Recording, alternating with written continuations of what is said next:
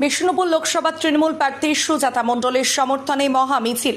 বিষ্ণুপুর লোকসভা তৃণমূল প্রার্থী সুজাতা মণ্ডলের সমর্থনে পূর্ব বর্ধমান জেলার খণ্ডঘোষ ব্লকের শিবটা ঢাল থেকে শেয়ারা বাজার পর্যন্ত একটি মহা মিছিলের আয়োজন করা হয় খণ্ডঘোষ ব্লক তৃণমূল কংগ্রেসের নেতৃত্বে।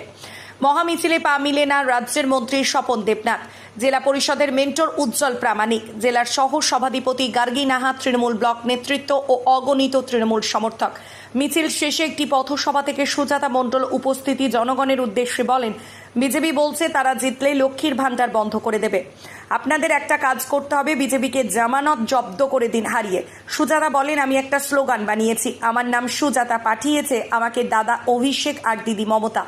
বলছে বিষ্ণুপুর লোকসভার জনতা, জিতবে এবার সুজাতা। বিজেপি যে প্রার্থী বিভিন্ন জায়গায় উস্কানিমূলক এবং সাম্প্রদায়িক বক্তব্য রাখছে, কি বলবেন এই বিষয়ে?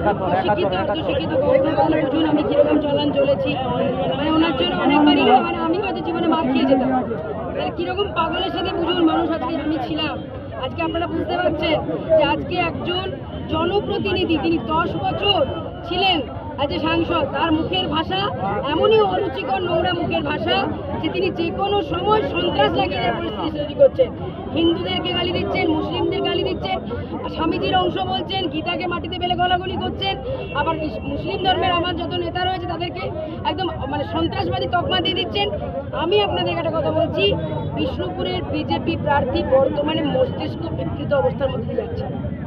আমরা দেখলাম একটা মদ্যপ অবস্থার ভিডিও ভাইরাল হয়েছে, কি বলবেন এই বিষয়ে? উনি তো সকালে কুলকুচিও করেন মদ্যপ অবস্থায়, আর রাতে শুতেও যান মদ্যপ অবস্থায়। নইলে কত বড় পাগল ছাগল আর কত বড় ভণ্ড হলে বলতে পারে যে স্বামীজির অংশ, স্বামীজির রক্ত দিয়ে তৈরি। ওনার পিতৃ পরিচয় মাতৃ পরিচয় নিয়ে আমার সন্দেহ যাচ্ছে এরপর কি ওনার পিতৃ পরিচয় মাতৃ পরিচয়। এবং ওনার এই জন্য অবিলম্বে পুরো হিন্দু সমাজের কাছে, সমস্ত মানুষের কাছে ওনার বড় জোরে ক্ষমা চাওয়া উচিত, নইলে ওনাকে ইমিডিয়েট ওনাকে অ্যারেস্ট করা উচিত। এবং রামকৃষ্ণ মিশনের কাছে আমি ক্ষমা প্রার্থী যে এরকম একজন মানুষ আমাদের বিষ্ণুপুর লোকসভার সাংসদ ছিল। মানুষ ওনাকে এবার গোহারান হারিয়ে রাজনীতির মানচিত্র থেকে মুছে দেবেন, লিখে রাখুন।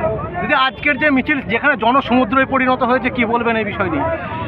এর সমস্ত কৃতিত্ব মমতা বন্দ্যোপাধ্যায়, অভিষেক বন্দ্যোপাধ্যায়, আমার ব্লক সভাপতি ফাগুন ইসলামের সমস্ত এলাকার নেতৃত্বে এবং সর্বোপরি খণ্ডঘোষের সুধী জনগণ, যারা আজ বিপুলভাবে হাজার হাজার মানুষ, আমরা কাউন্ট করতে পারিনি, 20 থেকে 25,000 লোক আজ আমাদের সাথে পা মিলিয়েছে।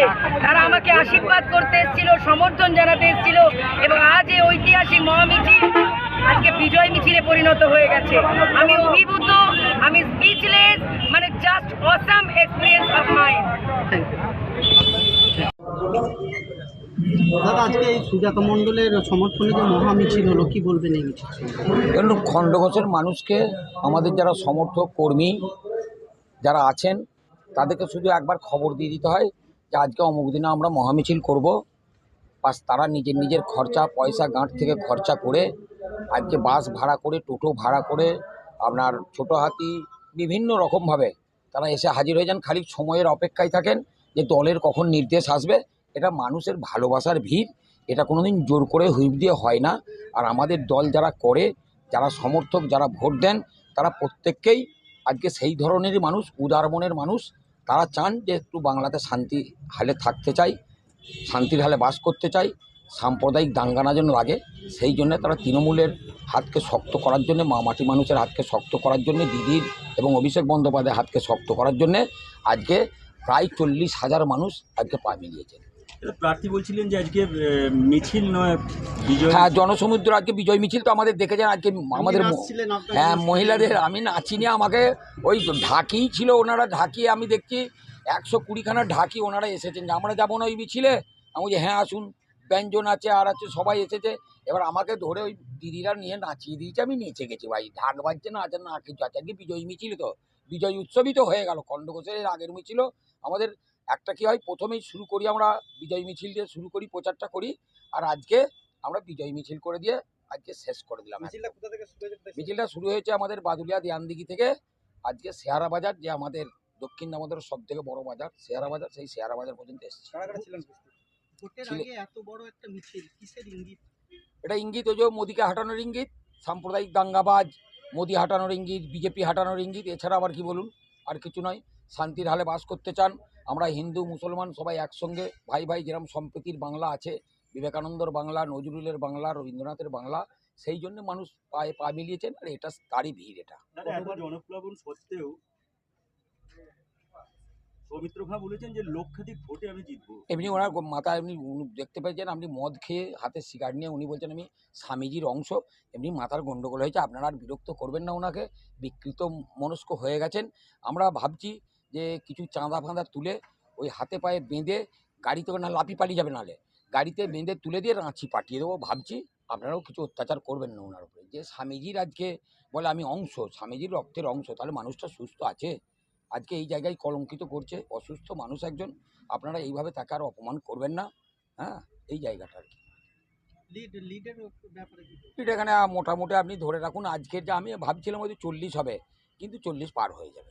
আমি অঙ্ক কষেছিলাম যে আমাদের গতবারে 30 দিয়েছেন, আমি আমাদের কর্মীদেরকে জিজ্ঞেস করলাম কত দেবে ভাই, তোমরা সব নিজের বলো, আমি কিছু বলবো না। কর্মীদেরই তো আজকে এই জায়গায় হচ্ছে। তাহলে কর্মীরা গতবারে বলেছিলেন 19 সালে বলেছিলেন যে 30 দেবো, এবারে কর্মীরা বলেছিলেন 40, কিন্তু আজকে নিজেরাও আবার ঘুরে কর্মীদেরকে যদি জিজ্ঞেস করেন দেখা যাবে 40 প্লাস হয়ে গেছে আমাদের এই 10টা অঞ্চলে, 40 প্লাস হবে। সৌমিত্র খাঁ আরো বলেছেন যে তৃণমূল একজন কলতলায় ঝগড়া করার মতো প্রার্থী দিয়েছে। হ্যাঁ, তৃণমূল একজন আমি কলতলায় ঝগড়া করার মতো একজন আমি প্রার্থী আপনার দিয়েছে। প্রথমে কি বললাম বলুন দেখি? আজকে বিকৃত মস্তিষ্ক, বিকৃত মনস্ক আজকে সিগারেট মতো বলছে আমি যেদিনে থাকবো না সেদিনে আমার ভিডিও ভাইরাল করবে, আমি স্বামীজির রক্তের অংশ। আচ্ছা বলুন, সেই মানুষটা সুস্থ? আমরা সাংবাদিক ভাই বলুন দেখি, সে তো অনেক কিছু বলবো, ওর কথা ধরলে হবে? হ্যাঁ, একটা পাগলের কথা ধরলে হবে? আপনি বলুন তো। আজকে ওই যে জনপ্লাবন যে দেখছে, জনস্রোত, জনসমুদ্র দেখছে, এমনিই তো আবার সেদিনে শুনছি ওই যেদিনকে স্বামীজির কথা হয়েছে সেদিন নাকি বলছে রাত্রে বিছানা ভিজে গেল। এবার সেটা কী কারণে হয়েছে আমি বলতে পারবো না। সবাই বলছে যেদিনে ওই স্বামীজির অংশ বলেছে সেদিনে বিছানা ভিজে গেছে, কী কারণে বলতে পারবো না আমি। এটা আমি কি বলবো বলুন দেখি? এটা ভাইরাল হয়েছে, আমি দেখছিলাম।